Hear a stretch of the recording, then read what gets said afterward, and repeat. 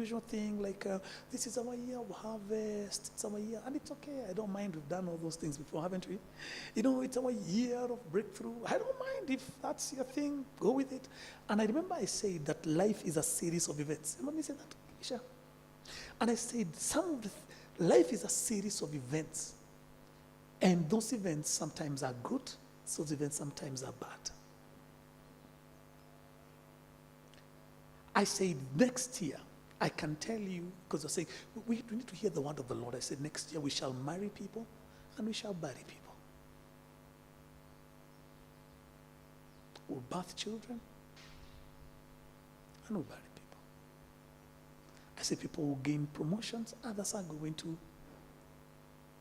The fact that you go through a challenge is not the evil. Okay? When Kate goes through a financial challenge, for example, in her business, and I'm happy that I talked to her. So when you go through a moment when the dollar is 150 and you had ordered stuff and the people are waiting for your bags to come at a certain amount, and now you're confused what will happen, the things are in the high seas, and now you have to really, kind of push that cost to the customer, and you're wondering what to do with everything else.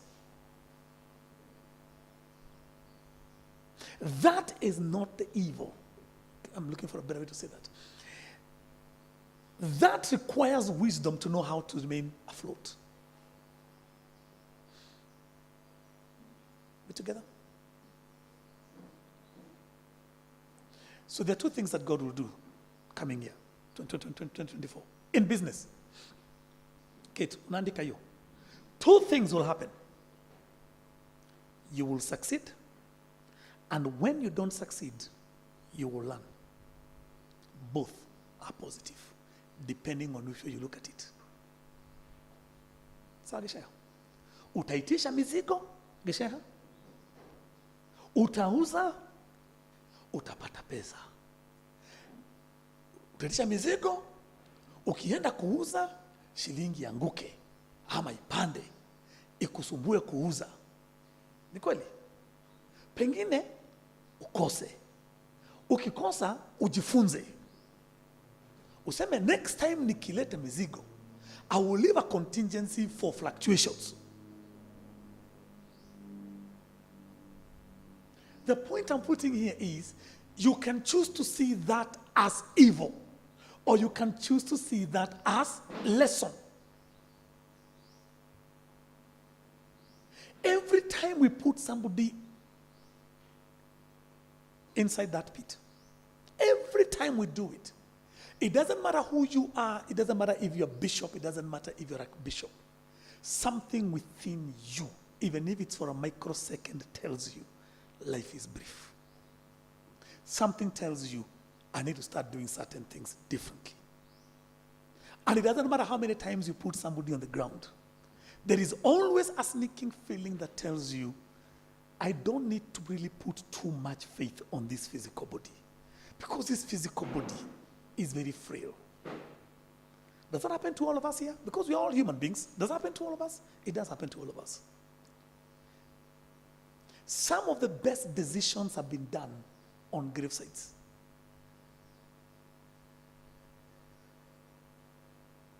I follow a gentleman called,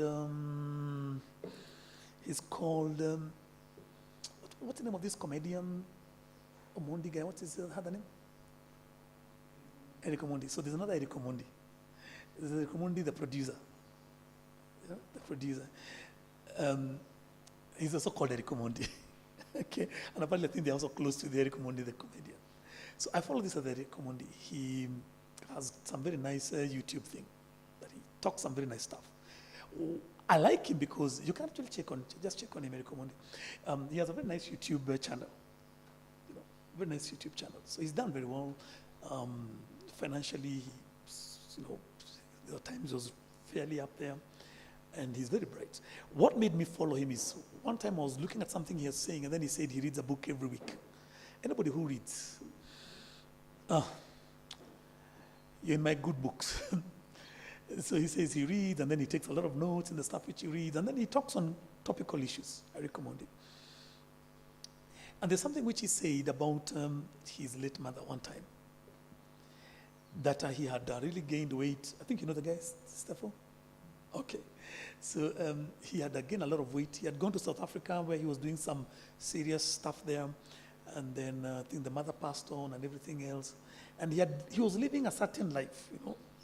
Actually, he says things like he was a very bad boyfriend. So he used to have a lot of, you know, these random relationships which, you know, messing up people all over the place. And he says his change actually came after the mother passed on. Okay? And a lot of people, I want to say this, a lot of decisions, a lot of changes are made on gravesites.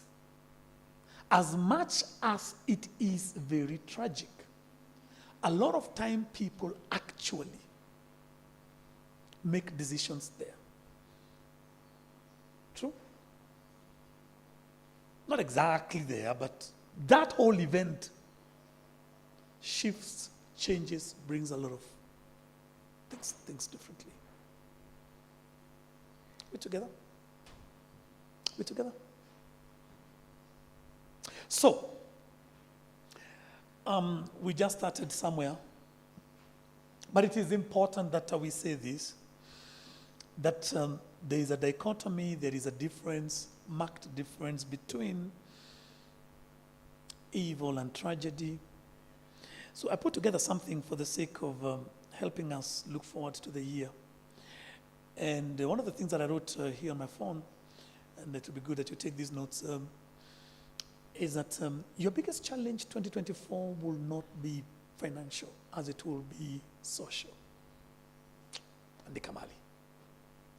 Your biggest challenge will not be, as you would imagine that our biggest challenge is going to be financial. Well, of course, we'll all have, you know, some financial, you know, issues here and there.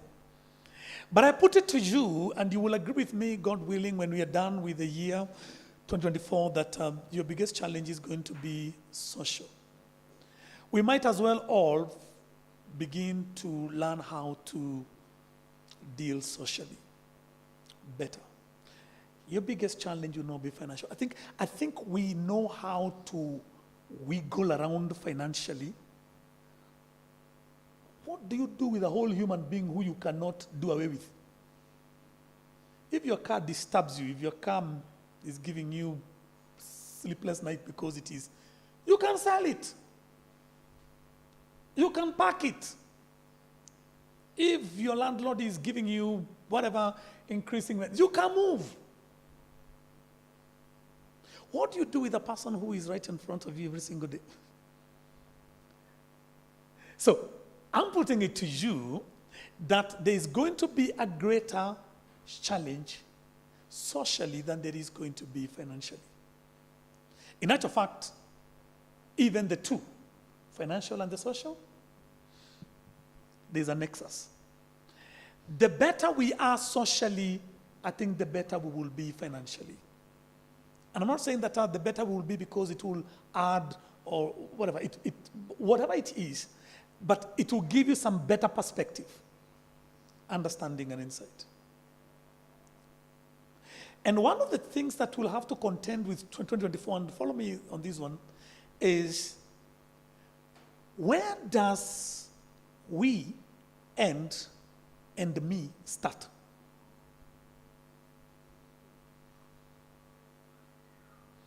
And follow my train of thought. I began with we. Where does we, me, my wife, me, my colleague, we, where does we end? Where does we end and me start? Because I can tell you without batting an eye, because it is the honest truth, sometimes the line is very blurry. People don't know that me matters. And I'm saying this because I'm speaking in a church environment. There are many people who don't know how to take care of me. There are many people who actually think that they're doing something wrong when they take care of me. We've been drilled to only see life through we. We, the church.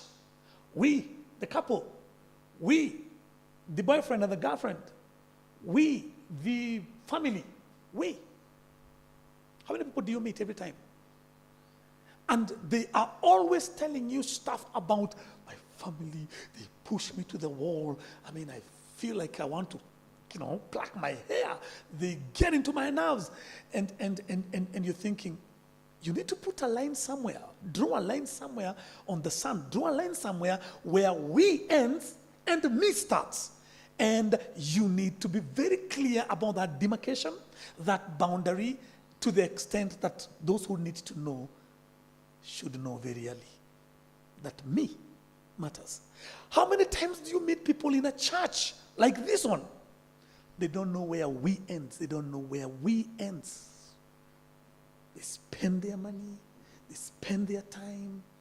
They're up and about because they feel they're obligated socially as a church member to be everything for everybody or be everything to everybody, and they have absolutely no idea where we ends and me starts. And I can tell you this, no batting an eye, and I've lived on this earth, a little period, to know that that is a line that takes a lot of struggle and challenge. It takes a very strong person to do that line. I'm telling you. It takes a mentally very strong person, and actually a better word, mature person, to know I am going to have a very clear demarcation. I mean, let me give you a very good example. Me, children. Okay? Or children, me.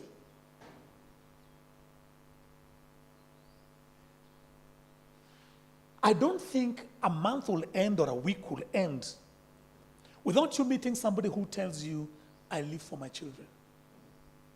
And as powerful, as good, as sacrificial that is, I want to put it to you, me matters. Me matters. Okay? Shama, we see it all the time. An old man or an old lady, the matriarch, the patriarch of the family, rests, and all of a sudden, everything that man painstakingly, everything that couple worked to the bone is wasted in record time, until you're thinking, the poor guy completely toiled day in, day out, and before even flesh leaves the bone, it is being wasted. I mean, and you're thinking, that prodigal son story? Then there was this other elder son who was saying, I toil and I have not even done anything. Let me put it this way. Our big challenge, 2024, and especially in the Christian environment, and especially in the Kenyan cultural environment, where we are made to feel that we actually belong to this community, and that is okay, and we belong to this social fabric, and we should do everything to never destabilize that thing. We'll have to start saying, me matters. I've been in the church and I know that line is blurry. I've been in the church where people have been pushed up and down. That line is very blurry. We've seen family where people are never made to. You see that one young man or that one lady who slaves for everybody. Okay? And they feel it is their duty to hold the family together. Listen, that is commendable. But somewhere along the way, there has to be, we ends here, me starts here. And I put it to you for the upteenth time, that will be more difficult than you being able to wiggle around finances. Oh, I know how to wiggle around finances. When my kids were our children were in expensive private school, and the money went the way it did. My wife is here. We plucked Stephanie from Vantage because education is just education, and took her to public school. Suli Soma. You did very well. You passed very well. Because what's the point? I mean, we just realized bottom line, what mattered is not that she's learned French, swimming, which I don't think they even used to go and used to pay. What mattered most is basic education, which she got and passed very well at a very cheap. So I know when I've had a car that is too expensive, and all of a sudden I realize I don't want to continue, throwing good money on some bad one. Which way does it go? You throw good money on bad one. Okay? So you have a car which is not, it's just for status. And we've been there. And what do? You sell it. It's easier to go around finances. But I'm telling you, it's hard to deal with human beings who are right in front of you every single day. So I was asked a question here in the church one time. I can't remember who it was asked me that question. And they asked, narcissists, I can't remember who asked me that question. They're so persistent. And I said, yes. A narcissistic exploiter, manipulator, people who take advantage and do all sorts of crazy things, against, your well-being. I said, they keep coming back to check if you're still stupid. That's what I said here one time. They keep coming back to check if you're still stupid. They know you put a very high wall last year. Trust you, Miko, they'll come back again. And that one right somewhere.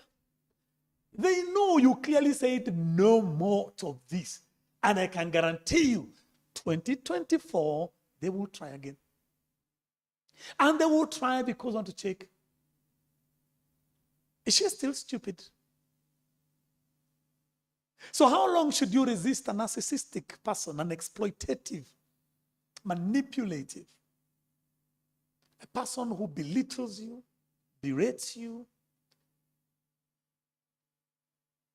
How do you deal with them when they keep coming back? Keep raising that wall for how long? Until they get the message you're serious about your space. They'll get the message eventually, but it's going to take a while. You follow what I'm saying, people? You follow what I'm saying? Okay? So, 2024, I put it to you, and I want to pray God very hard, deep down within me. I pray that we shall find that strength within to know the line of the individual and the corporate. Because, Kate, you matter as Kate, not as a church member, not as an employer. There are times you take a break, even when everybody else thinks you need to be there. You take a break. You come out and you say, look, I'm taking a break for me. For me. You will never meet, let me put it this way, you will never satisfy everybody's expectation for you. The day I learned that, I got liberty. Tell me today, Shama, you help your brother, you help your sister, you help your nana, that one day you'll say, nobody has any more need. It will never be. You choose what to do and you do it. I can sort that one school fees, and I can sort that one this, and I can buy those 2 roofs that are making that side of the house to leak. But I am not going to do this or the other because that can wait. And I can't do this or the other because there are other people here who also can pull their weight. I'm not the only son in this house. Do you follow? And I'm going to bring everybody on board. This one will tell you that's what I do a lot in our family. And simply say, everybody pull your weight. No. So, and I know we are recording. So when we were coming with my wife, we were talking about something at home. So there's a time my mother was, pushing her to start. With the age, of course, I tell her, look, you have property, you have things. And I said, look, you trust your children so much. I said, people change. I said, Mom, one of these fine days, when you can't open that your eye, you leave your children fighting here in a terrible way. Is that understand? I told her, and I said, and she took it very lightly, and I said, Mom, I'm really serious about it.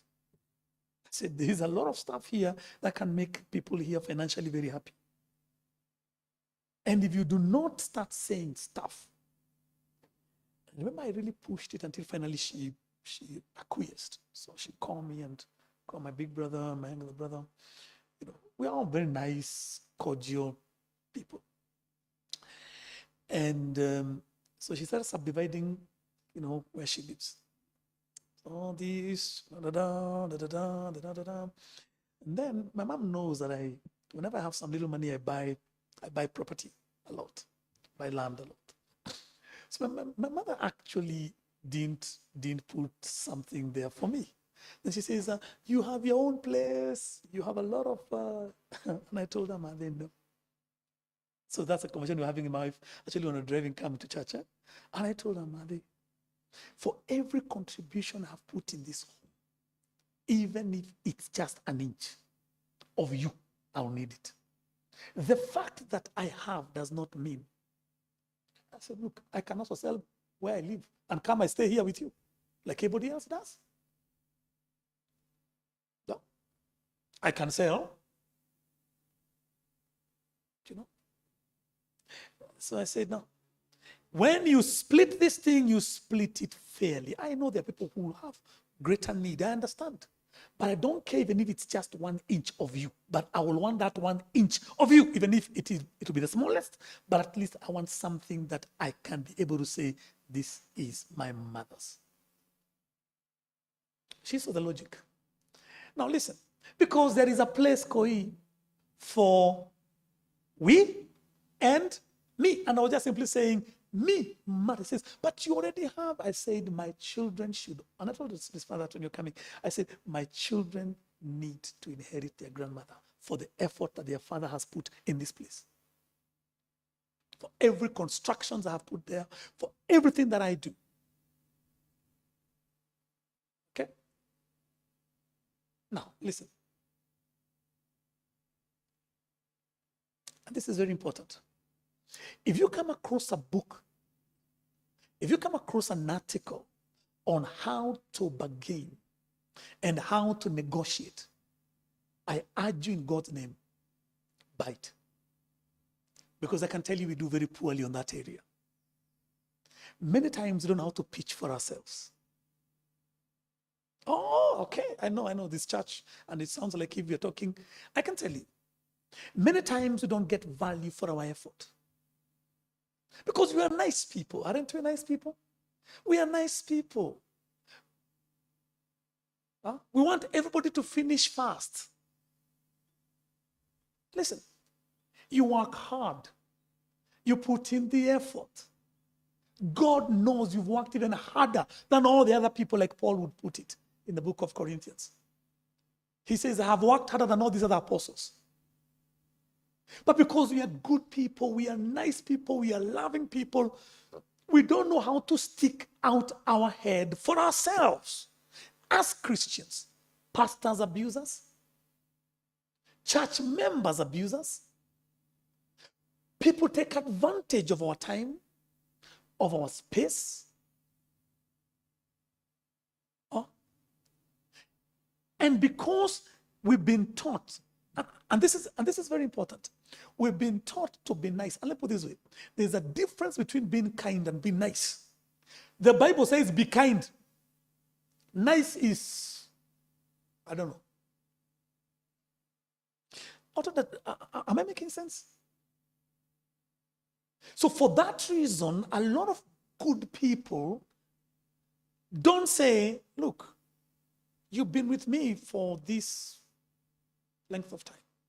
You came in, okay, I'm just saying this hypothetically, so I'm not mentioning anybody, okay? So it's just for argument's sake. So you came into my house, you're living in my house, eating my food, sleeping on the couch or on the couch, crashing on my couch. We've never had the discussion of how long. I want to be kind, but I can't be forever nice. So at some point, I don't care if you have my own blood. You understand? The fact that I have an extra room does not mean it must be occupied. Or at least let me have the luxury of choosing who occupies it. It can't be decided by the clan. Somewhere up country where they say, go to your sister's place. She has an extra room. Ukonyuma. You can choose to be seeing it. You can choose to be seeing it. Shama been at your place and you have this very big place. Okay? Your parents have worked painstakingly, right? Okay? Including your late dad, right? Painstakingly. Does it mean now some relatives, random relatives somewhere, related to your grandmother side, will now show up and say, oh, Kanyajure, they have got land from here to the river? Is that the case? It's not. It's your land. It's a truth. The fact that you've got prime property, Shama, from here to so far, does not mean anybody comes and pitches a tent, because your parents worked excruciating for every inch of that. So the point I'm putting here is, we do not put people's feet on the fire so that they can make decisions. Put somebody's feet on the fire and say, bro, take responsibility. So you have somebody coming and lounging at your place, just lounging there. We try every way to pass the message, Let me give you a better way to pass the message. Are you ready? Pass the message. That's why you need to, if you want to pass a message, pass the message. Stop giving people cues. Kenyans especially don't take clues very well. And because you want the guy to leave, you stop feeding him. There are people who can survive on water.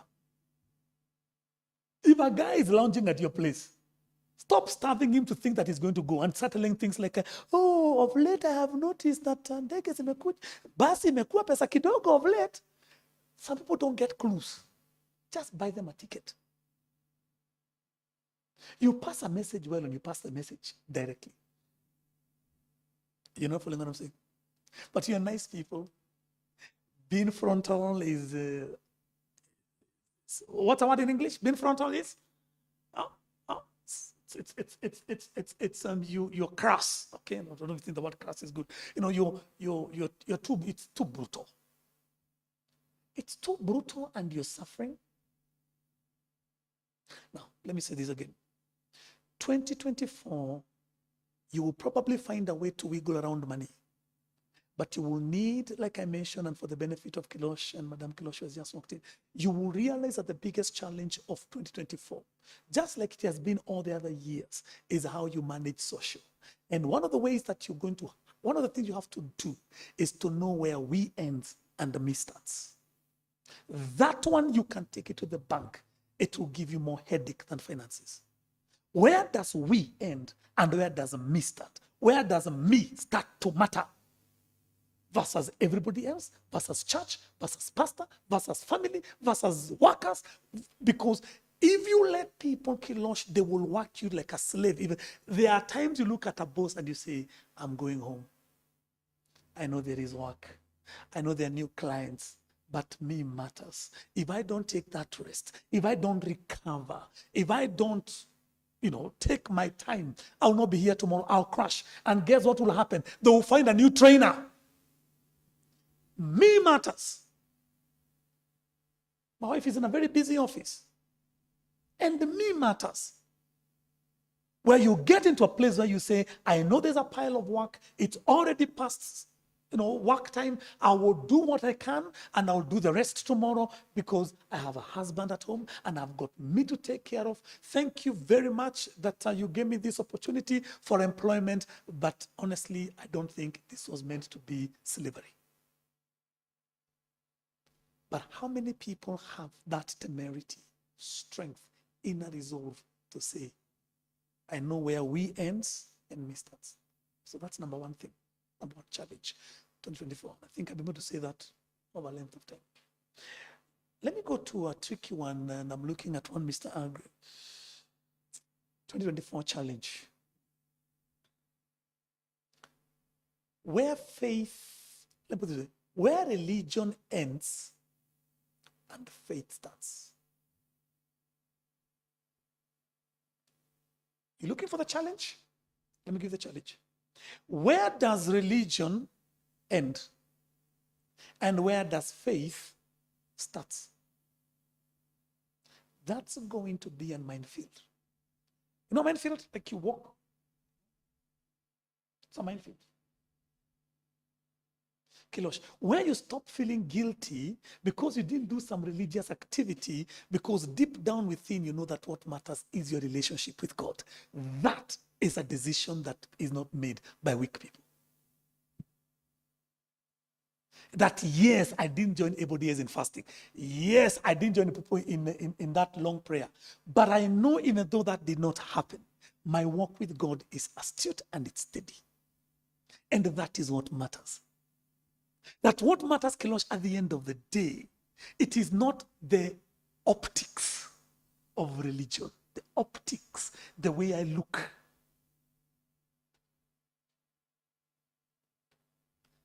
I meet people, and they look at me once, maybe because of the way I dress. And so this, Steve, my name is Steve, pastor. And without even one word, you can tell where somebody has placed you. And I enjoy that. See, because I lost, let me put it differently. I got delivered from human opinions a long time ago. Me matters. Me. I'm not going to wear a brown suit, woolen suit, with a thick tie and probably an overcoat on top of it so that I look like a preacher. I will do me. And everybody can deal with it. Because I know what faith is. Faith is me and God. Faith is me alone in a restaurant somewhere. You understand? Faith is me alone making decisions when nobody can see me. Because I know who I am in God. Period. Period. I told this some time back. I said, we all, I was saying this to Wallace, and I was hoping he'll be here today. He told me he'd be available. We search for eternal life. It comes out best in Kikuyu. We pursue eternal life individually. Okay? Personal. Kilosh. We pursue eternal life and God individually. You assist your wife. She assists you. But I'm telling you, you're not joined at the hip when it comes to eternal life. Because we stand before God. I mean, there are things that Trispan will do, and I'm okay. She does, and I'm okay. She's pursuing God that way. And it's good, and my job is to be a partner. Can we say this again? Okay. Let me say this again. So when Kilosh, who is probably the last person who in this church got married here, when Kilosh got married, and Danu got married to Kilosh, and now they are called partners. The partnership is not that now they cut the expectations by half, she cut her expectations by half, and then they merged all that could be fused. So these ones you don't agree, so remove it. This one you don't agree, so the ones which you agree now we come and merge. That's not partnership. Okay, it has a name in English, but I'm not sure which one it is. Kilosh became a partner to Danu's pursuits. He looked at Danu and said, Danu is going somewhere. Danu has goals. Some of those goals are financial, they are mental, they are spiritual, they are physical, they are family. There's a place she's going. I will be a part of that in her life.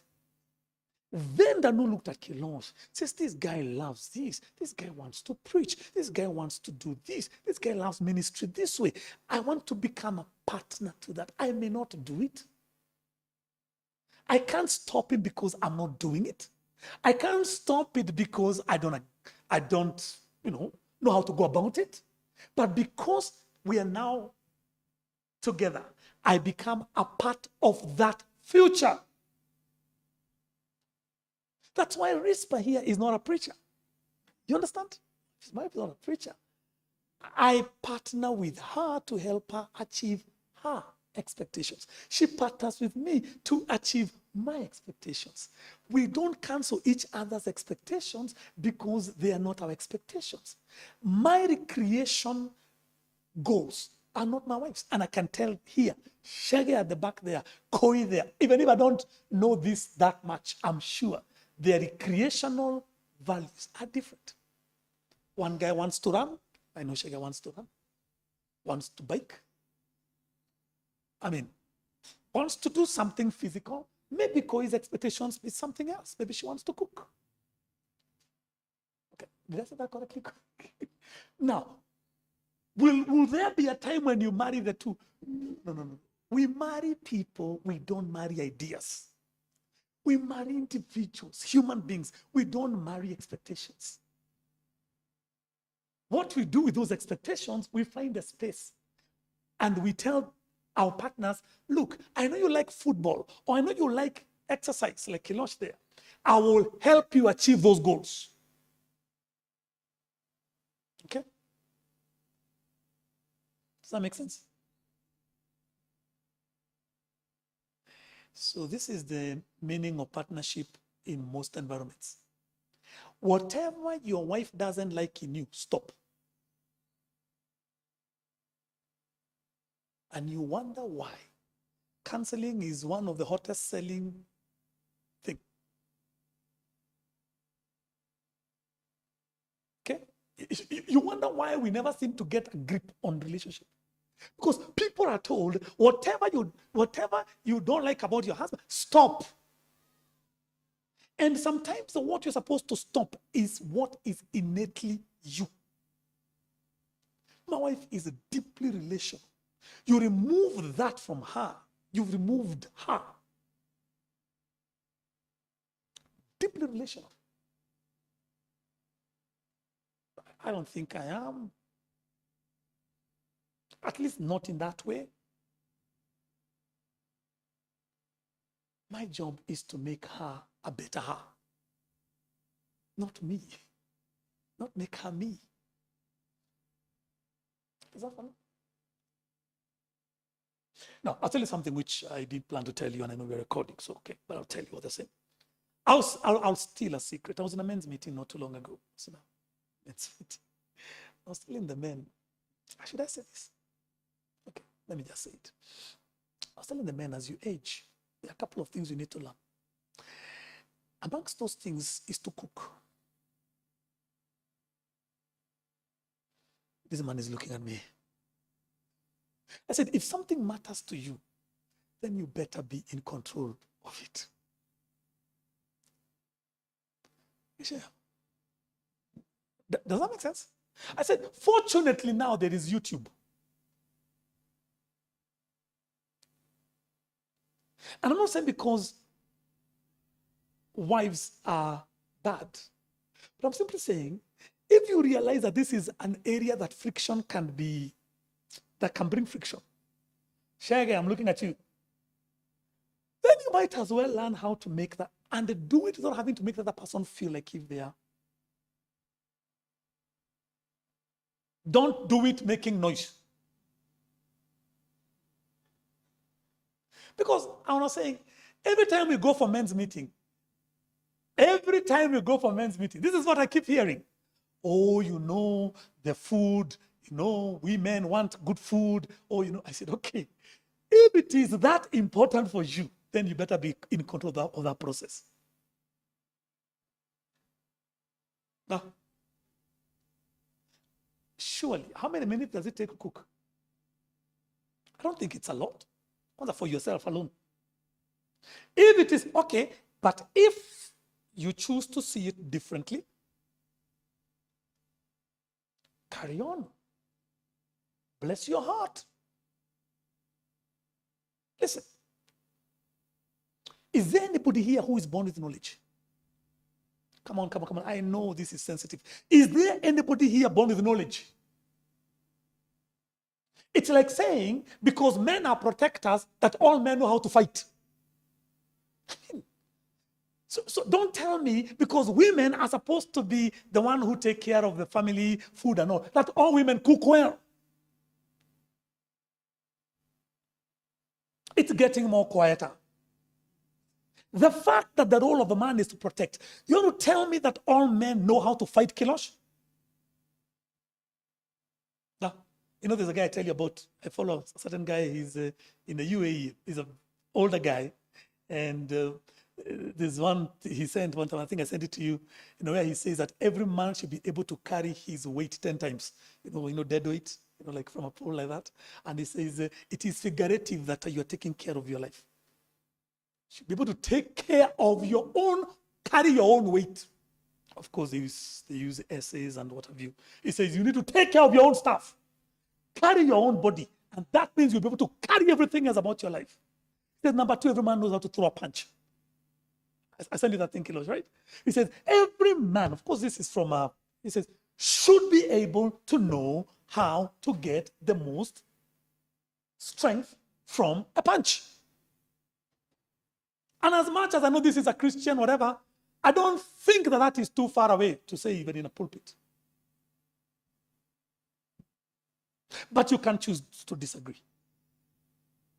He says every man needs to know how to throw a punch. How to shift his weight, how to sit on his punch properly, and how to be able to get the maximum output from what he does. I think the other one I forget, there were three. I like the guy. I mean, he may not be a Christian, but I think he really makes men very, very, you know, he puts a lot of responsibility. He says when you learn to carry your own weight, it simply means you'll never allow people to mismanage your things, mismanage your finances, mismanage your children, mismanage stuff, because you can carry your own weight. This is me, this is me.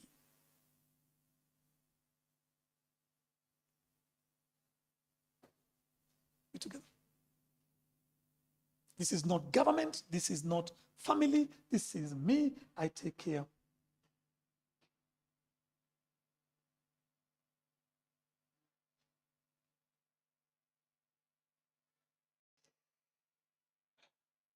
Okay? So I hear that, okay, let me not go that direction. I think it is going to take me away from what I want to share here. But I think the point is made. The point is made. If you need something, there's a guy, I forget his name, he said something powerful. He said, if you really need something done, give it to the busiest person. You know, it almost sounds like an oxymoron, right? Let me say that again. If you really need something done, give it to somebody who is very busy. And then what he was saying is this: many people are not busy by choice. There's a verse of scripture that says some guy was given 5 talents, right? Other one was given 2 talents. Other one was given 1 talent. When the one guy who had 1 talent did not use his 1 talent, it was given to who? The guy who used the 5 talents. Okay? If something must be done, look for somebody who is the busiest. Give them. They'll do it. Because most people are lazy by choice. Don't say, nani hana kitu ya kufanya hapa, akuja tusaidia kufanya hii. Most likely, they will not do it. That's because they are it. What was our number 2 point? Where does religion end? And where does faith start? How many agree with me when I say that there's a marked, M-A-R-K-E-T, marked difference between religion and the faith? And I'm going to know also that a lot of time, the line is very blurry. There are people who would rather, they would do anything to appear to be religious than to have faith. Listen, church. Somebody goes through a period, a moment, A difficulty. Kate. A difficulty. And all of a sudden you look at the same person you thought they knew God. And you're thinking, what happened to you? No. It's not what happened to them. They didn't know God. They're all over the place. They are helter-skelter. What is wrong? What is going on? Oh, we are done. We are finished. And you meet somebody who doesn't have a lot of expression of faith. Hawaongei sana. Hawaonekanagi pale mbele sana. Wanapitia kitu. You look at the composure that man has, knowing what he's going through. You look at the firmness of belief that he has.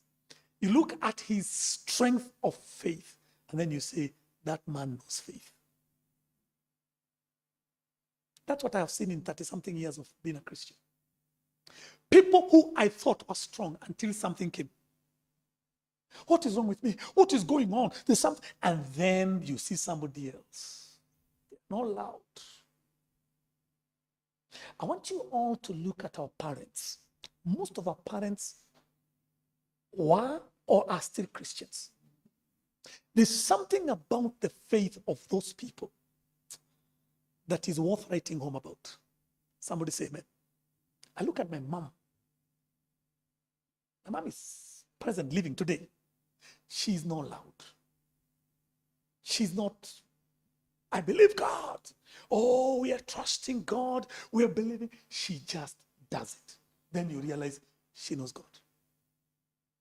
You look at the physical attributes, things that come as a result, physically, manifestly, tangible things that come from her faith. From an illiterate woman, all she has is a belief in God. And then you watch some people who make noise. They will never give us rest on how much they're trusting God. Then you ask yourself, who knows God here? Does that make sense, people? Remember your late mom, Richard? Remember your late mom? Faith. Solid.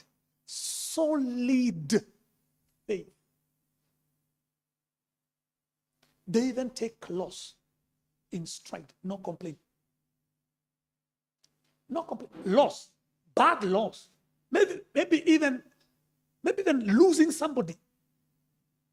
Name one than life goes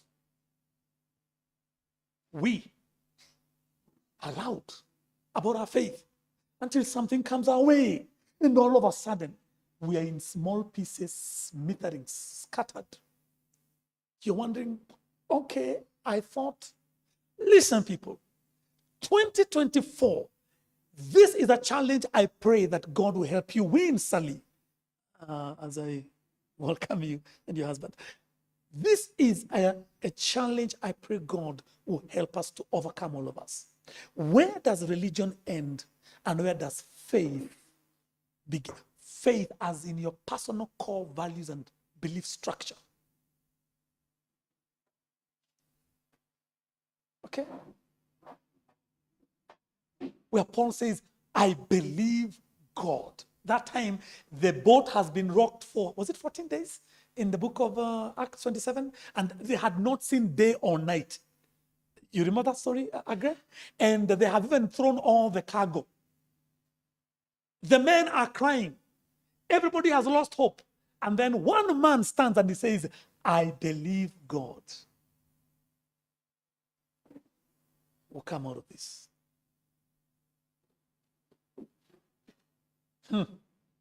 That one man, agree. Who stands on and says, I believe God? Let me give you prophecy. I can't call it whatever you call it, but I think prophecy sounds. Part of the reason why, like the issue which we were discussing here last Sunday of men of God sometimes going through challenges, true or not true, we don't know. But part of the reason why, Lore, we get so hit hard when a man of God seems to fail or falter. Part of the reason is because we don't know God for ourselves. We know God through other people. So when we hear TD Jakes something, real or not, we hear Benny Hinn something, all of a sudden Benny Hinn has a little something. I think there's a time they had a bit of an issue with the marriage, and happily they came back together. All of a sudden we start putting, even casting doubt on marriage. It's because we believe God through people. And 2024 must be a better year than that. The God of our fathers must become our God. And we must know him in a very personal way. Is that an agreement? So, now I have number 3, which is the final point. So the number 1, we said, challenge of 2024 will be knowing where we ends and me starts. Finding your own personal space. Realizing that me matters. And then now we have talked about the issue of faith. We talked about the issue of survive before you thrive, and that there is nothing wrong in surviving. There is a place for surviving, and nobody thrives before they survive. And if you are through survival mode, that is not lack of faith. It simply means life has been stripped to the bare minimum, and you need to get your way. And that is okay. That is okay. That is okay. So I'm in this regime, physical health regime. Today I told my wife, the last of my smallest trousers does not fit me. So I was telling her, I need a new trouser next Sunday. So that is what we're saying in the morning, because I really had to try and squeeze this one in my body. And so one day, so I'm in this thing, I don't take sugar, stuff like that. So I've been very strict on it. So I take my walk late in the afternoon, and the sun was up, and I told her that day, it was really messy. So the sun was up, it was so hot. And somewhere along the way, I can tell, this is not going to end well. I'm beginning to feel sick, real sick. And I'm one of those people, honestly, I have no recollection of ever fainting in my life. Ever fainting. So I'm thinking, why am I feel like I'm going to fall. So I tried to do, that thing they call the 16-8? So I tried to eat after 16 hours. So not eating, kind of let my insulin level go down and stuff like that. Then push all my eating in 8 hours. And then I tried to do all my exercise in a fasted state. So the 3 hours before the 16, that's when I normally check out. So now you can imagine you are really low on glucose and you're really low on, dietary calorie. Yeah? You really don't have strength in terms of what you've cooled. At the same time, the sun was up there, and then I was trying to go up some place which is very hilly. Of all the days, and I've done this for so many years, I knew one where I was, Sally, there are no people. As in, I would have dropped there for an hour, nobody would know where I was. Thinking, dear God, I'm feeling well, I can't go back. Sun is up there, my cape is on. I'm trying to think, hey, I don't know if I'm going to make another 5 minutes. And I remember I saw this lady, those small miracles, those people who tembeza, melon, and so I see her come with this one, I'm saying, thank you, Jesus. Now, my lesson on sugar had to be put aside to survive. I was on survival mode. I wasn't going to start giving people lectures on sugar, fructose, and what have you, my friend. So the lady says, nikupatia ngapi boss? Nikamwambia, weka hiyo ndochi. I cooled. She has never seen somebody cooler like that. I cooled the pineapple. No, it's direct sugar. It's really nice. Cool everything, and it's very watery and stuff. Like maybe like 6 or more. The one they sell for 20 bob. I cooled melon. Then she's like, okay, kazi tutafunga leo, like. So ndakulipa. I actually sat down. Cooled felt okay, survived to thrive. Listen, survival is a period, and you have to realize if you are in a fix, survive fast. Stop comparing yourself with, what is my purpose? No. Fast survive. And realize that that is a God-given space. Look at the man called David. David knew that there are times you just need to survive. Go through something before you enter into your purpose. He survived first.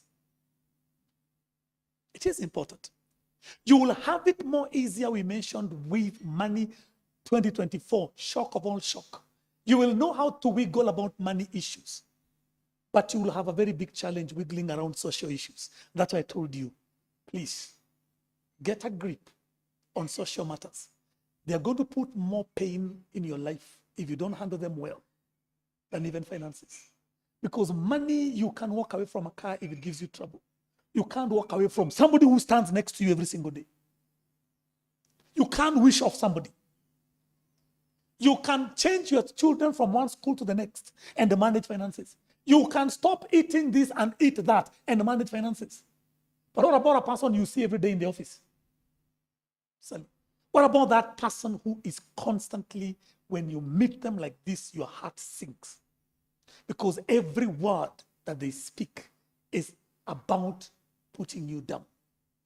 How do you get the inner muscle to survive social issues, people, relational issues? That's even a better word than social. Relational issues. Because you can't wish off a boss. You can't wish off a spouse. And that's why we said we have to get to a place where we begin to learn this thing differently, because it is a very big cost. So then we also mentioned the issue of faith, which was a very... Now, the final one, which is, for me, I think that the first two have done something about it, and I'm grateful to God for that. I can't say I have full success, but I can say I am somewhere in that journey. I think the third one is an area where I am already, smart bang at the very center, try to work it out. And I put it in very different, a couple of words. So I know we are recording, so I don't want to say anything that will sound controversial. So I was listening to a gentleman called Noel Woodruff's, and he's a man I absolutely respect. His views are up there. Talk about purpose. And I've been following, those days, Miles Monroe, the late amazing gentleman on the issue of purpose. And then I kept noticing that there was a bit of variance, there's a bit of difference in the way they looked at purpose. Okay? And Noel was saying a lot of things, which, Noel is brilliant as they come. He's probably the best of us out there. He's the best version of us. Yes, as a church, he's the best of our version out there.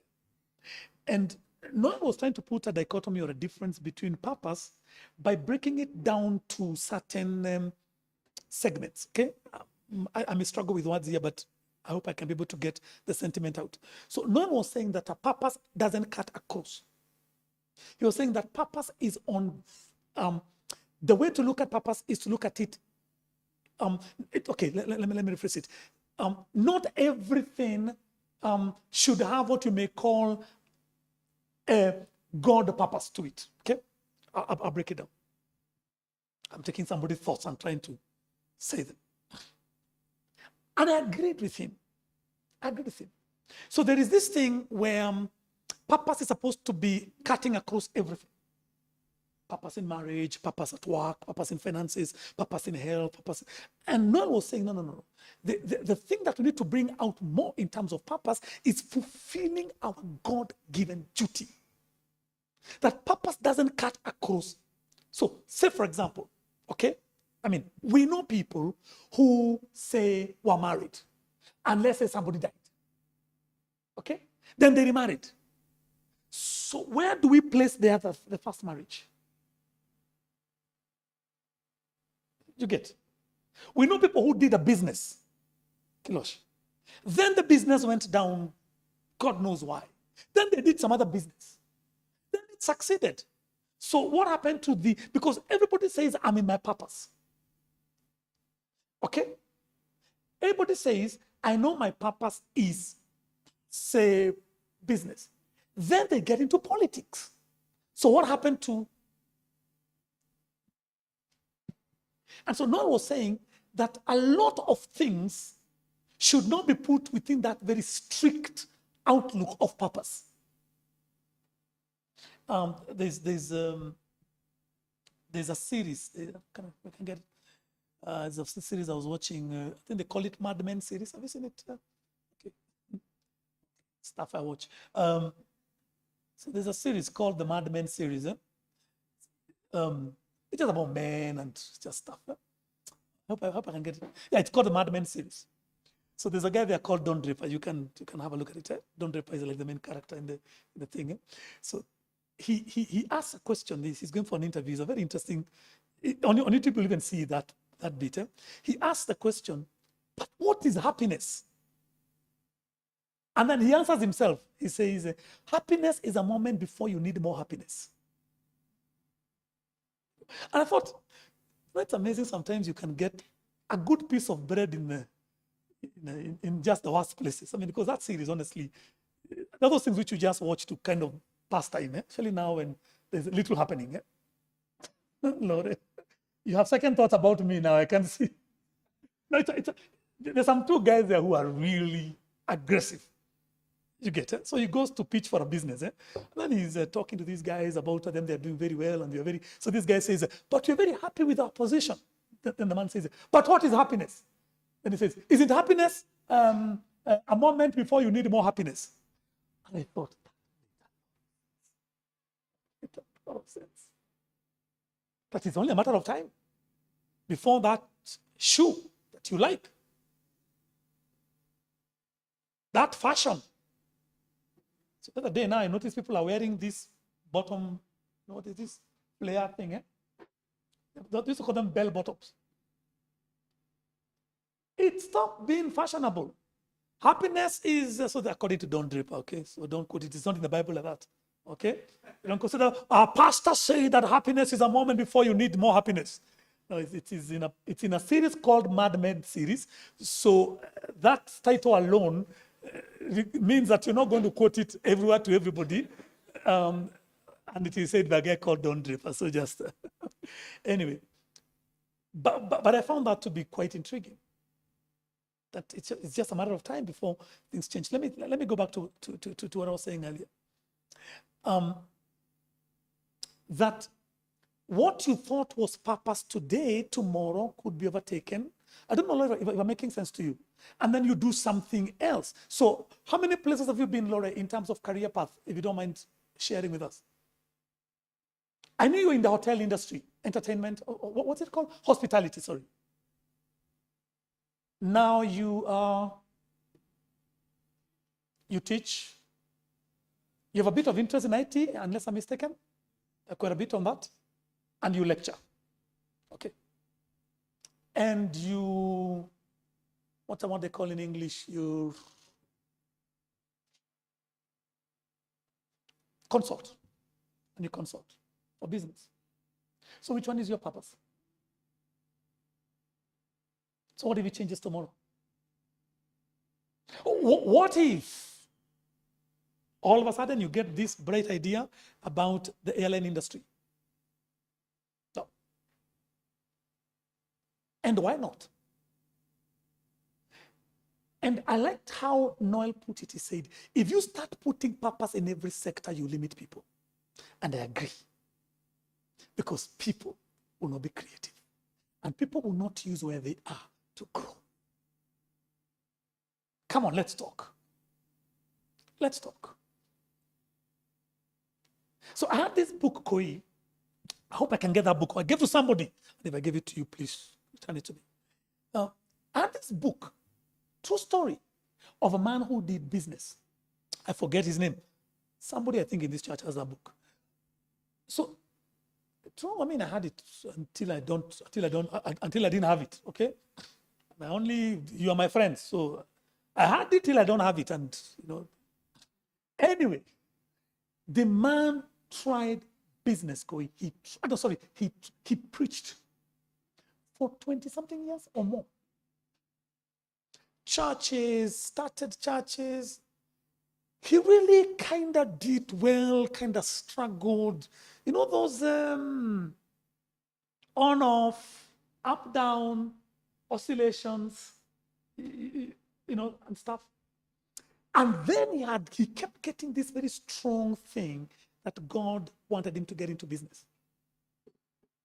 Okay, this is how it goes. I'm talking to Koi. Normally, people come from business and go to preaching. Imagine coming to church and telling people, I've been with you for the last 30 years, praise God. The last couple of years, I've been struggling in my mind and my heart. I've been praying to God, and He's been leading me into business. The man actually left. It's in a book. It's in a book. The man actually left preaching and got into business. If I recall very well, they were he has a very unique brand of a zipper. Zipper, a very common international brand. He became, in a very short period of time, a multi-millionaire in dollar. He's there. I'll find that. Sunday, remind me. Okay? Because I think I can remember somewhere I can get a couple of those notes. By the time he wrote that book, this is why you know the story? I've talked about it before. By the time he wrote that book, he had 50,000 men of God he supports. He said one of them, an Argentinian, what he does in a day as an evangelist in bringing people to the Lord, in one crusade, one day, is more than all the souls he brought in 30 years. It's in a book. Verifiable evidence. I will bring it to you Sunday. He says, this man goes for a crusade, let's say in Cambodia or Colombo, because that's the area where he preaches. He says, the people who get saved in one day of his crusade, and he's only one out of 50,000 people his company supports worldwide. One man does more in bringing souls to the Lord than he brought in 30 years of preaching. So let's talk purpose. It is never as easy as the optics. I would argue that he is more in God's purpose now. And I could be mistaken, but to me, in terms of kingdom, I think that man is doing more for kingdom. 50,000 churches are standing, preachers who are being paid, whatever, people just able to do the work of God worldwide because of a man who got into business and when he was doing ministry.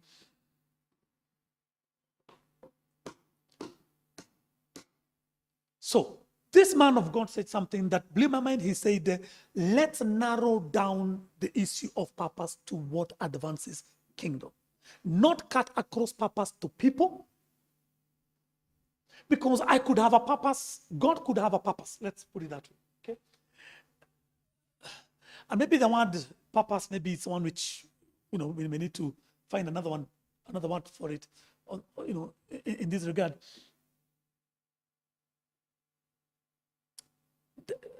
We said it here one time.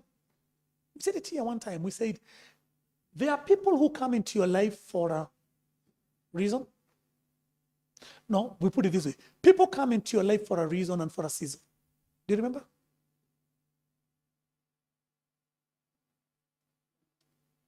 People come into your life for a reason and for a season. So this idea that my purpose is Steve Munga could be very mistaken. Maybe we're going to hang around for a long time. Maybe not. At least we know for a fact.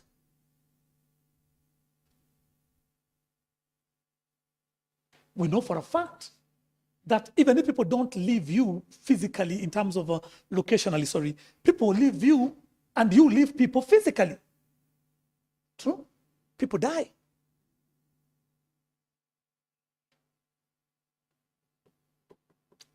Does that make sense? I think if we allowed 80% of our life to be governed by situations, what is God saying for now? There's this wonderful Nigerian minister. He says, wisdom is knowing what to do next. Blew my mind. Wisdom is knowing what to do next. Okay, we are here. So today we're in this facility. We used to be at Umbrella. Do you remember, Shama? What if we made it our purpose? Our purpose. What if we even called that church Umbrella Church? One day, some beer company came and bought it. Of all people, beer came and bought it. They were fairly kind to us. They said, we'll give you one section where we're paying 30,000. And then we even built, tried to kind of whatever. But then they had this insurance company which said, we can only guarantee an insurance if we know there is no other tenant in this facility. So they came and they said, sorry, we had tried to work out something with you guys. Most of you are there, Kilosh, you know what I'm saying? So, wisdom says, know what to do next. Yours truly, myself, Wiki, I don't know if you're there. There was who? Wiki met, Solo, you are there? I met your wife that morning. So we wanted to, day one, we want to look for we're looking for a place. These people have been kind to us. They even gave us, was it 100,000 or more? I remember. They came to church. They said, oh, we are sorry, we couldn't do anything with this. Please go buy a tent or something. And then give us stuff for building, most of these mabatis, and many other things. I mean, they're very kind to us. So day one, we decided, no, it was Lillian. So myself, Lillian, the late mother of Lillian, were in my car. We are now looking for a new place. Remember? Then for some reason, Wiki was helping Emma with something. I can't remember, it was power tokens or something at Emma's place there. So we came there, and then I think Charlene or somebody was there having her hair done at the salon or something like that. And then we tell your wife that we want to embark on checking for a piece of land where we can put up church.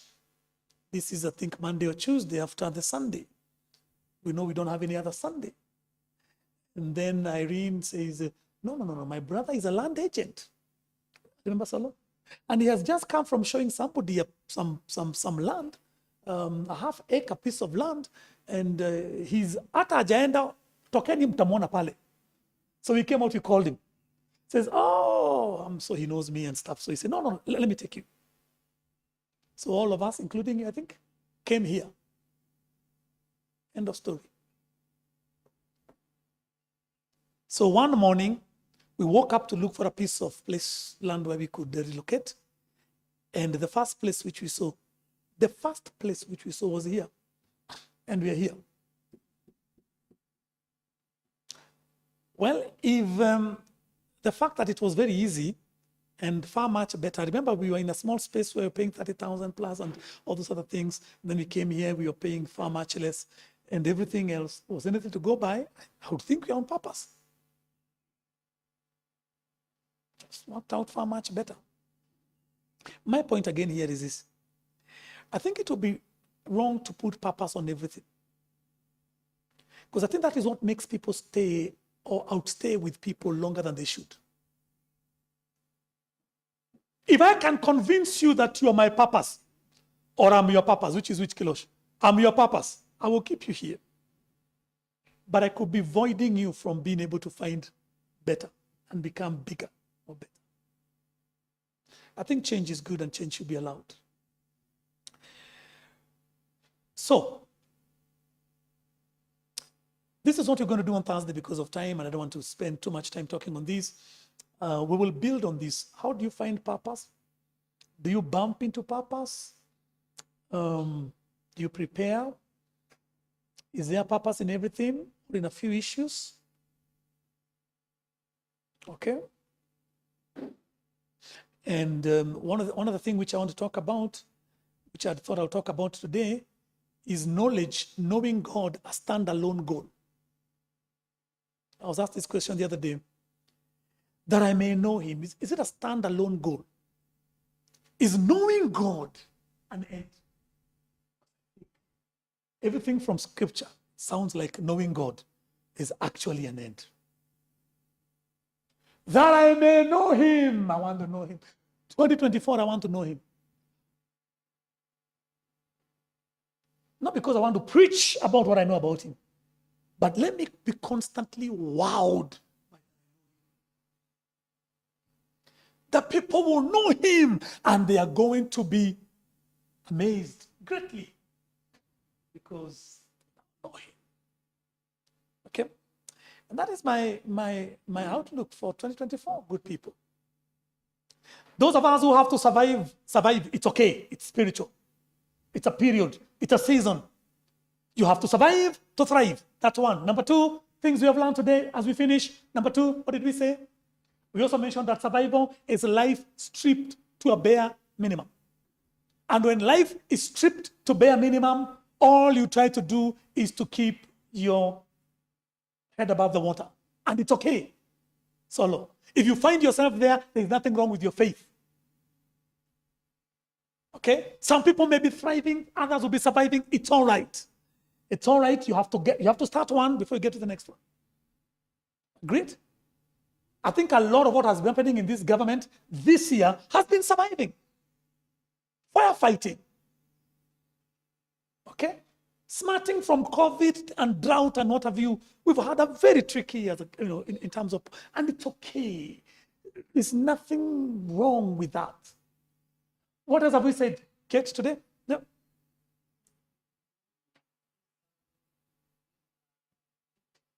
If you want to give something and it is really important to you, give to a busy person.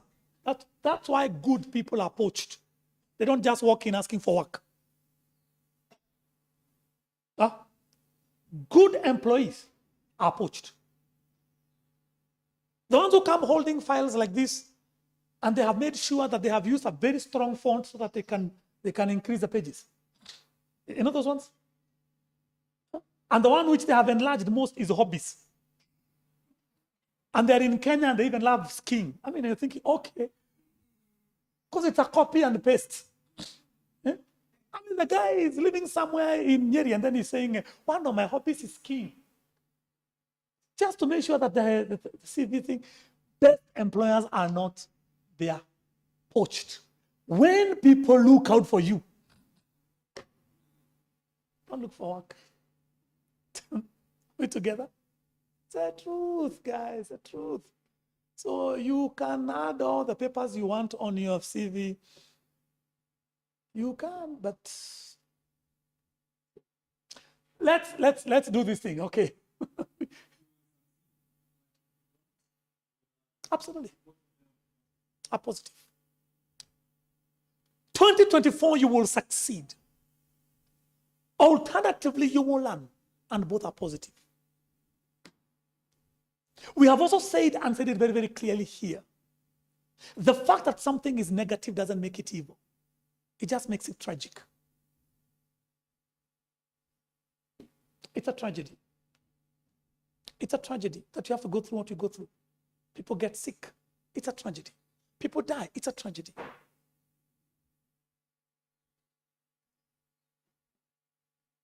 People lose jobs. It's a tragedy.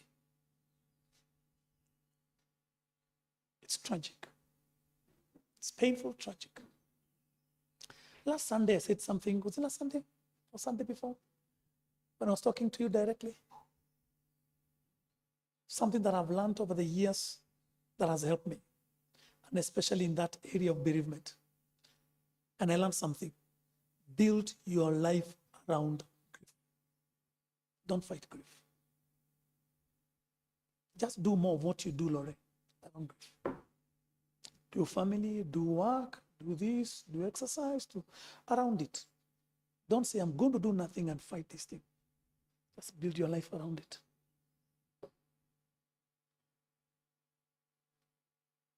Let's try and finish this. 2, 3 more things that you've learned today, guys. Let's go. Yep. Me matters. So I'm driving down with the Solon, And we're talking as usual. And I'm telling him, do you know that something is only as expensive? The only reason why something is expensive is because it's not in the budget. Have you thought about it? When you budget for something, it's not expensive. I said, if you budget for a holiday for 100,000, it's not expensive. It's in the budget. So can you start budgeting for me? And it will not be expensive. If you budget for a V8, trust you me, it will not be expensive to you because you've budgeted for it. You've said, I'm doing this, I'm stopping this to get this. I budgeted it. The only time something is too expensive is because you feel like you've been robbed. You understand? So when you are going to buy fuel, Lorraine, and you knew fuel was 190 something, and then you found it was 217. In terms of value, that was what, 20 shillings extra? It's really not much, really. I don't think if you lose 20 shillings, it would be a disaster. Unless the wife wants to say something. 20 shillings, he loses it, the house has to come down? No. You lose 20 shillings in the house, nobody notices. But why did you feel deceived? Why did you feel bad when fuel went up with 20 shillings per liter? You felt bad because it was not in the budget.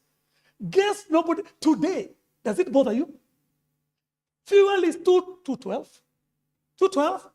How come you're not bothered? Talk to me. It's in the budget. Now, all of a sudden, I know for me to travel up country, I need this many liters. So I calculate in my mind how much that is. It's in the budget. So if you don't want to start feeling like if you're overspending on yourself, start budgeting for it. Because our problem is that we start feeling like if sasa mimi niko hapa nakula hii chakula mzuri hivi na watoto wako nyumbani. Budget for it.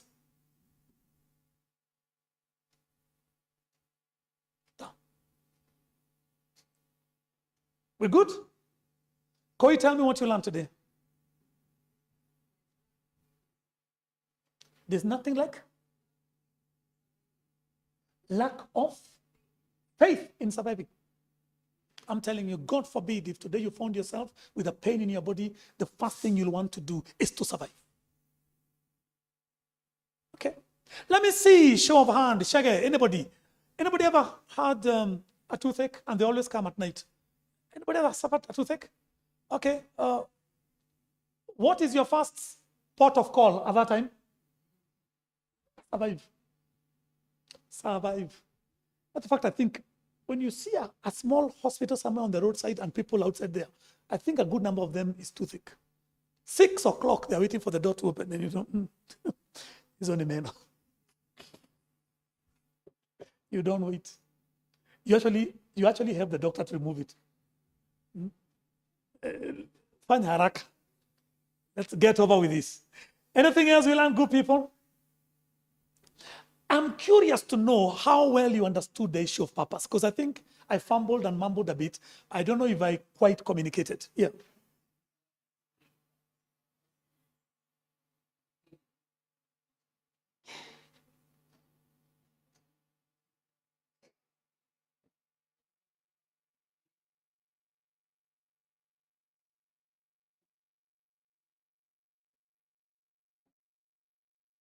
Yeah.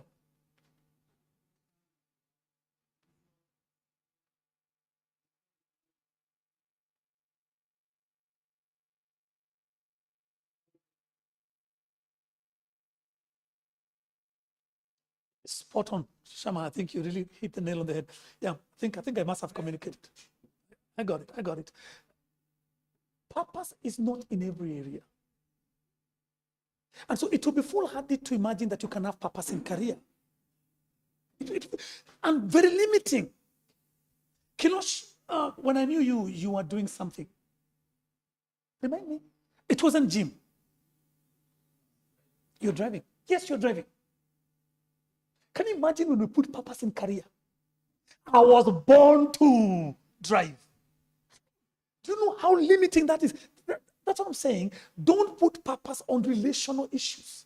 Because people come to your life sometimes. Laura, there's a time you're very tight with that, your very good friend, your best man. I mean, things move. Sometimes people move, sometimes you move. It's normal. It's normal. It is what it is. But can you imagine when we put purpose on everything? I was meant to be with them. People shift. We also said something here, and I don't know if Laura, you heard me say this when you came in, and that was the issue of 2024 being a year where we need to know where, or we need to, I use the word dichotomize, of where we end and me starts. Then we say 2024, we need to know where religion ends, because somewhere along the way, this religion of sights and sounds, okay? How you dress, how you talk, what you do, that kind of a religion has to end, and then faith. Faith starts. Kilosh. Faith starts. That will not be everywhere you are. Pastor will not be everywhere you are. We can't be fastening our eyes on you every single day. Your faith is that anchor that says, I can do this and I can do that, but my faith will not permit me. I'm going to stick it out, irrespective of how my body feels. Period. Period. Period. Period. I was making a joke, and I know we are recording this. No, I was making like a joke, but it is honest truth. So I went to watch football one time. I think there was either, UEFA or something. Thank you. I think there was UEFA or something. It's like 3 or 4 years ago. Can't remember. Sorry. And so where we were has a restaurant side and a pub side. So eating some food, eating some fish fingers or something I was having. And then I was watching football. I enjoy watching football. And then this lady came and brought me a very expensive brand of alcohol, the big ones. I told that story, yeah? And so I thought maybe she just mistook. So I told her, no, I have no need for that. I have not ordered and all that. And then she insisted, no, it is for you. And I could tell it's a very, those colored ones and the ones with colors, eh? I don't know. People tell me they're expensive, okay? So, there's why they bring it, eh? There's why they present it like this, like you're supposed to see the brand, eh? I said, no, I haven't ordered. I didn't even have any money to kind of, buy expensive stuff. Then she told me, somebody has bought for you. I said, who has been that kind? I looked back and I saw a lady who could have been, let's say, my age, because she looked fairly old. And so I, said, thank you, no, thank you, no. And I could tell there were other Kenyans that were admiring me. You can tell when Kenyans are admiring, because this is happening in and I'm saying, thank you, I don't consume, I'm okay, I just want to take my meal, watch football, and then I'm seeing Kenyans, they're doing this in the spirit, like, it is coming in double, it's coming in liquid and in flesh. Because before she gave her substance, she had given herself. So you know what I'm saying, eh? Faith is that moment when you know, this is me. This is what I am. This is the person I am. This is the person I've chosen to be till my last dying breath. This is it. This is it. Anything I'm leaving out? Yeah.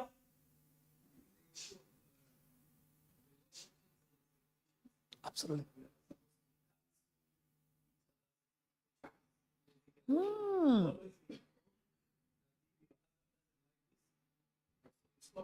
Absolutely.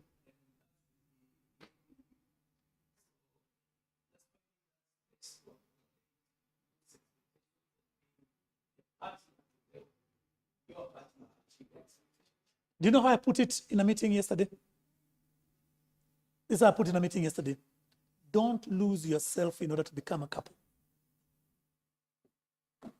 You will have nothing to bring into your relationship. Don't lose yourself in order to be a couple. Being a partner is not agreeing on everything. Being a partner is me helping my wife become what she wants to be and her helping me. That's the partnership. It's a partnership of making her a career woman. It's a partnership of her helping me to achieve me. But this idea that you have to marry ideas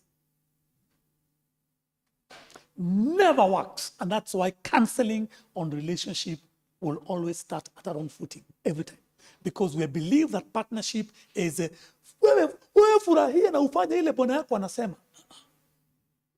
sometimes all you have to do is admire what somebody is doing and let them create. You didn't hear what I said? Sometimes the only work you can do, Danu, is admire him from afar. Not be him. Just admire that that's my husband doing that and I'm enjoying it. And Kilonsh looking at you and say, that's my wife and enjoy. Not because we are there doing it together. Not because you're preaching, she's singing. I mean, no. It doesn't have to be that.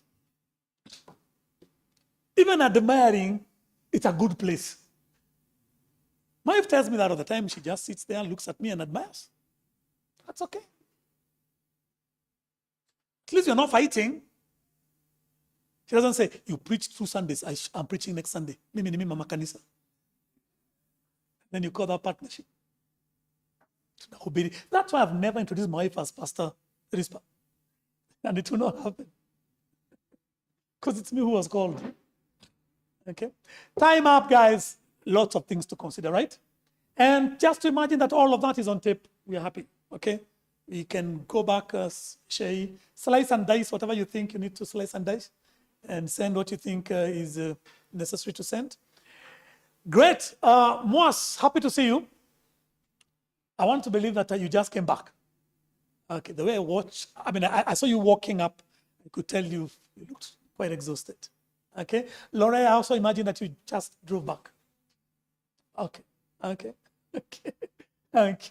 Karibu, guys. Those of you who traveled and all that, karibu Nairobi. Tumeweka kijiji vizuri. This man is really out to feed me. Thank you, Micah. Okay. And everybody else, most. Okay. We give our offerings before we leave, guys. Richie is not in, so let me request him. There's quite a lot of stuff around here.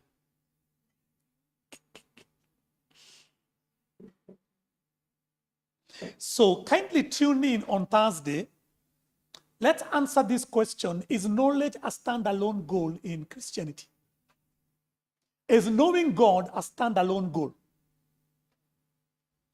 Most times we know to preach. But can you know God and say, I am so glad I now know him. And that in and of itself is a standalone. Okay? Let's look at that together on Thursday. Okay? Is knowledge a standalone goal? And the people shall know, and they shall know him from the east to the farthest west, and they shall all praise God because they have known him. Just knowing God. Sitting back and saying, I live to marvel of who God is. Every day I drop my jaw with shock and awe of who God is. That makes God so happy that I marvel at him. Just marvel at him. So I live constantly being amazed. Every piece of knowledge makes me just marvel at him. Not for anything. Not because I want to go preach it. Okay? Time up. What's happening? You, my guy, you're limping. Oh, Paule, you okay? You didn't break anything serious? Oh, no. Okay. And you don't say these things. You're in Metro, you didn't tell me. Oh, you know, I would have shown up, man. I'll be there for you. I'm sorry. Hope it gets well, huh? Okay. Great. Time up, guys. Happy New Year. Okay. If you want to give it in one sentence as you're enjoying your refreshment, what do you tell these people? In one sentence for the year? Know what to do. I like that. Know what to do next. What's the opposite of that, Kilosh? Cul-de-sac? No, is that cul-de-sac? What about they use when you find yourself, your back is on a wall? This is what they use. It's like a statement they use. A cul-de-sac is like, I've been here before, eh? Or am I mistaking it? That's what I'm looking for, I guess, eh? Cul-de-sac. Oh. In other words, don't be caught in a situation whereby you don't know what to do next. Eh? So, and that one, we are calling it wisdom. And it's not my statement. It came from some powerful Nigerian minister. Cul-de-sac, let me see.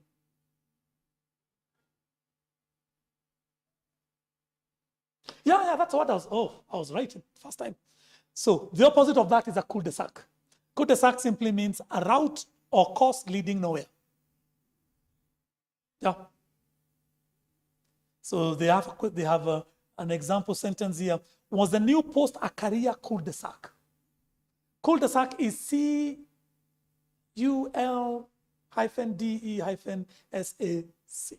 Cul-de-sac. So knowing what to do next, the opposite of that is back on the wall. You don't know what to do next. It's a cul-de-sac. Cul-de-sac. Okay, Laura, tell people something. Like that a lot. Survive. That's it. Whatever happens. Okay? Survive. Agree.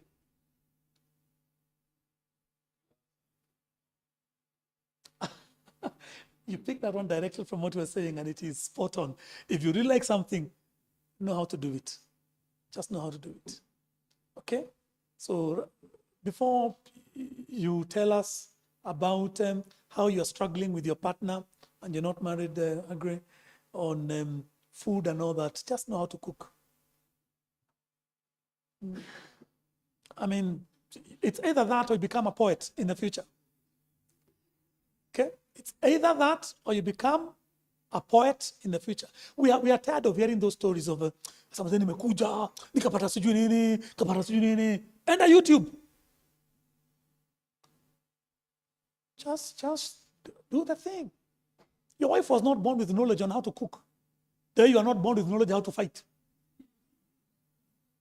The fact that you're a man doesn't mean that you know how to drive. Is that also?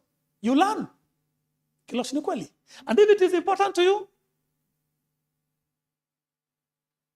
okay. I mean, there are things I don't like doing, but they're important to me. I have to learn. Okay. I don't like doing them. I don't like a lot of IT things and all that. But I have to learn to do that because I have a phone. I have to learn to do certain things. Let me hear 2, 3 more. Shaggy, tell us something. Absolutely.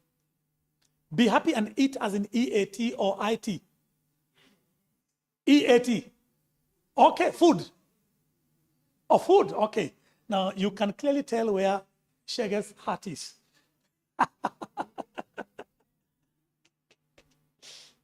Shaggy had somebody being told this in Kikuyu while he was blossoming, and then he says, "Nikuria vegana ukoma tene. Kula vizuri na kulala mapema." So maybe that you can also add that one also. Okay, kula vizuri na kufanya nini? Kulala mapema. Okay, great, Sally, Laura. Something for the people. Stay healthy. I'm on that one, Sally, by the way. And I have never felt better, I'm telling you the honest truth.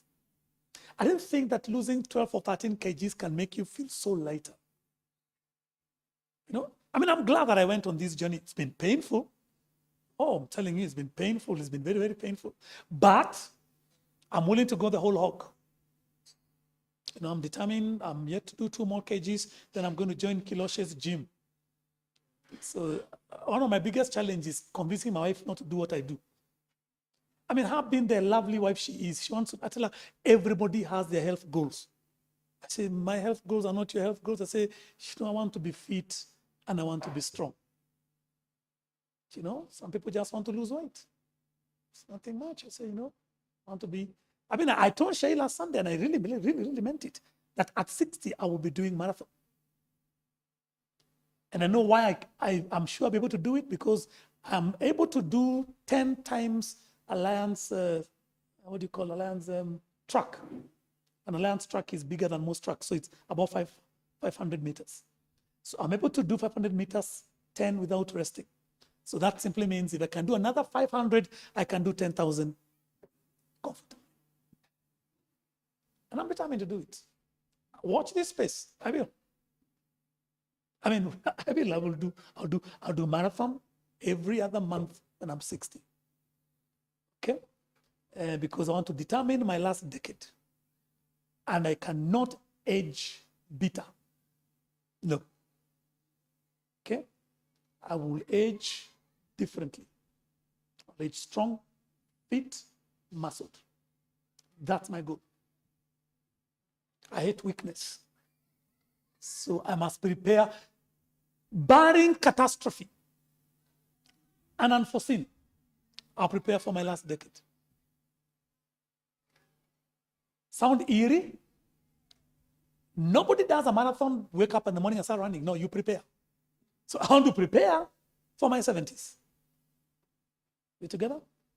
I should be able to take up 4 flights of stairs without having to huff and puff. That is a given. And I have clear, demarcated goals. Kilos. People do it. I see people doing marathons in their 70s, in their 80s. I must hold myself to a higher standard. Why not? Okay? Yep. So, Sally, I'm with you. And I know you can say that very strongly because you're in a hospital and you see what disease does to people. No? And it is scary. It's very scary how quickly we fizzle out physically. So anything we can do to,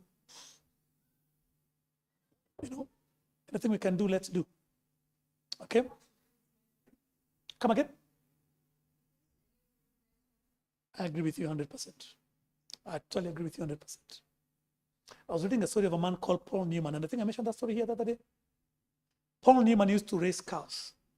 And they have used Paul Newman to prove that you don't lose your ability to be mentally agile, because at age 90, he could still drive a race car the same way. And they realized that you can actually maintain your neurons if you maintain it doing the same thing. Okay? Okay. Time up. Thank you, good people. All the best. Unfortunately, Psfc doesn't have a Kesha to Kurusha Moka. So find something interesting to do. Is that okay? I already have mine. Eh? Okay. I'll watch one game later today. And then, that's it. And go back to my wife. That's interesting. No, it's very, very interesting. Thank you, guys. Let's jump on our feet, say the words of the grace together. Now may the grace and the love of God, fellowship of the Holy Spirit be with us.